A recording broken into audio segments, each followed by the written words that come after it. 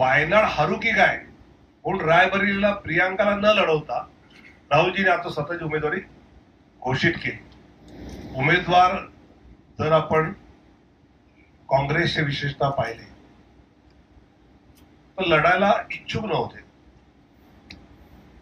पण त्यांना आता लढलं पाहिजे असं सांगितलं आहे तो मोदी।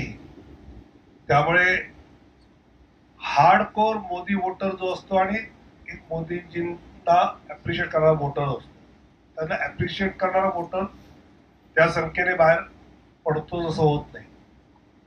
आणि दुसऱ्या बाजूला जवळजवळ 20 ते 30% बूथवर विरोधक पक्षाचे कार्यकर्ते दिसत नाही। काय म्हणले करून उपयोग आहे, मोदी देणार आहे।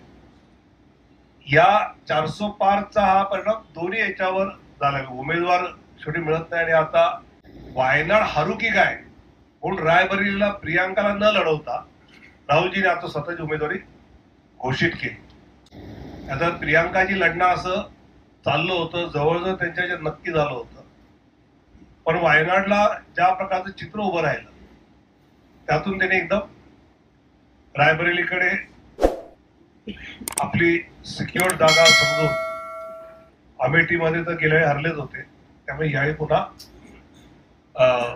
अमेठी न करता त्या शर्माजींना तिथे आता उभं करतात आणि हे स्वतः राहुलजी रायबरेलीमध्ये उभं राहत आहेत। हे चित्र आहे। अनेक उमेदवार जर आपण काँग्रेसचे विशेषतः पाहिले तर लढायला इच्छुक नव्हते,